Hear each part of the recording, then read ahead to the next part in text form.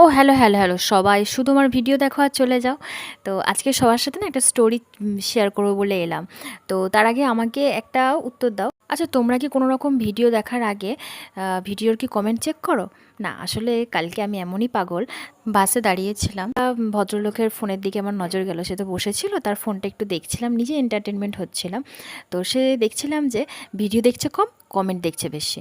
তাতে কি তার বেশি ইন্টারেস্টিং লাগছিল? হয়তো লাগছিল। আচ্ছা এটা কি তোমরাও সবাই করো?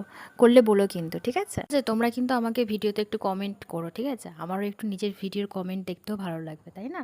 আচ্ছা তোমরা এনাকে কিন্তু দেখলে না, এই দেখো এনা কেমন ভয় পাচ্ছে দেখো।